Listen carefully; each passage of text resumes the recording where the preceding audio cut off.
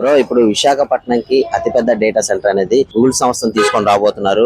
ఎట్లా ఉంటుందంట? మంచిదే కన్నా. ఆల్రెడీ ఇక్కడ చాలా మంది నిరుద్యోగులు ఎక్కువ ఉన్నారు. ఇలాంటి కంపెనీలు వచ్చాయనుకో నిరుద్యోగులు కూడా తగ్గుతారు, యువతకు కూడా ఒక ఇది ఉంటది అనమాట. మంచిదే కదా. ఐటీ హబ్ ఇప్పుడు ఆల్రెడీ మనకి రిషికొండ మొత్తం ఐటీ ఉంది, కొన్ని కంపెనీలు ఉన్నాయి. దాని వల్ల చాలా మంది జీవనాభివృద్ధిగా ఇదవుతుంది అనమాట. గూగుల్ వచ్చిందంటే అది పెద్ద సంస్థ.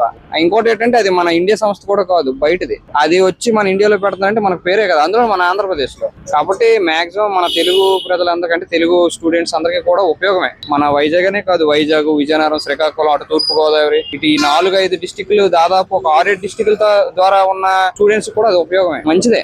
లోకేష్ గారు ఉన్నారు, ఐటీ మినిస్టర్ గారు. అతని పనితీరు ఎట్లా ఉందంటున్నారు? ఆయన అయితే పర్లేదన్న. అంటే ఒక మెగా డిఎస్సి తీసాడు, మళ్ళీ ఇప్పుడు ఇదిగో రీసెంట్ గా మళ్ళీ టెట్ తీసాడు. అలా ఇలా తీస్తేనే కదా చదువుకున్నాడు కూడా ఇంట్రెస్ట్ వస్తుందా. ఇది కాకపోయినా నెక్స్ట్ కూడా మళ్ళీ వెంటనే తీస్తాడు, చదవాలని ఇది ఉంటది. ఇలా చేస్తుంటే ఈ గవర్నమెంట్ మీద ఒక నమ్మకం అనేది ఏర్పడిందంట. పర్లేదు అన్న. Chandrababu Naidu always super. దానికి తోడు లోకేష్ కూడా బాగానే చేస్తున్నాడు, పర్వాలేదు.